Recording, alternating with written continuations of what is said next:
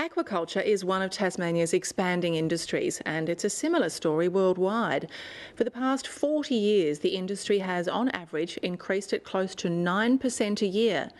With more fish being grown in captivity comes a greater need for fish food and fish oil. The demand is such that scientists calculate there won't be enough fish oil to go round within a decade. Tasmanian researchers have been recognised for their efforts at replacing fish oil in aquaculture feed. Martin Cudahy reports.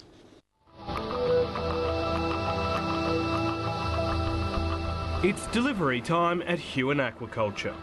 These juvenile fish have been bred in northeast Tasmania, but will be grown to maturity here on the Don Tricasto Channel near Dover. It's the first time they've entered salt water. And we farm around 13,000 tonnes of salmon a year.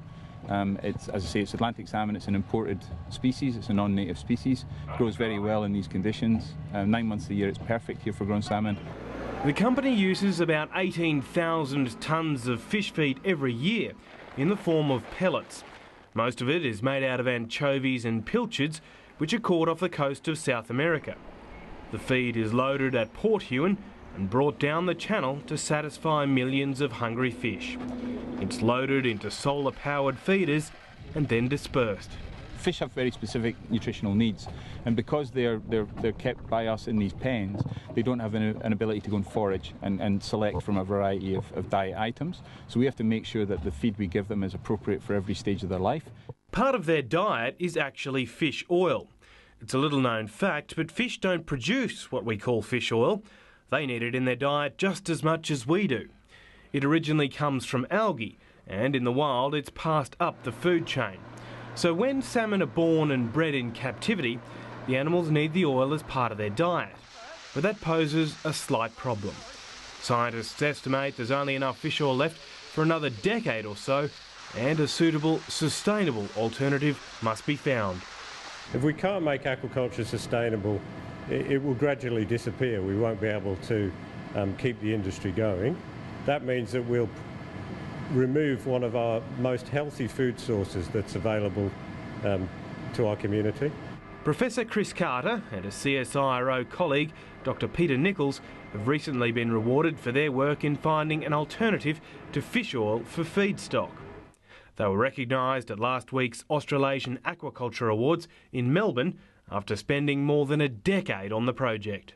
We're very honoured to have received the reward, and I think one of the reasons is that it does recognise how important it is that research underpins sustainable aquaculture. For us it's equivalent to a gold medal in a sporting event, so you know they're few and far between, so you do cherish them. Along with Dr. CODABACCUS, they've been researching how to replace fish oil with alternatives from the plant world. These include linseed oil, canola, and even some types of algae. The fish grew perfectly well. We didn't have any trouble when we compared a fish oil-fed fish and then those which were fed on alternative oils. So we have no issues at all with regards to growth of the fish. The main issue in replacing fish oil is that these plant oils, so canola and the like, do not contain the health benefiting long chain omega-3. So that's the oils that are good for the heart, good for the brain, good for the eye development, and really beneficial against a range of disorders. If the salmon don't get enough fish oil in their diet, they won't contain as many long chain omega-3 fatty acids. In layman's terms, they won't be so good for you.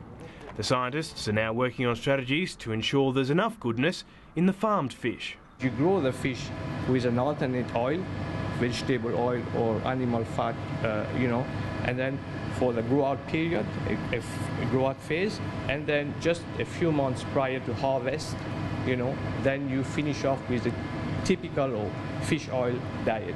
The scientists are also thinking a bit more laterally about where to get the plant oils from. There are trials underway to see if the noxious weed Patterson's curse could provide the right oil. And that's good news for a growing global population.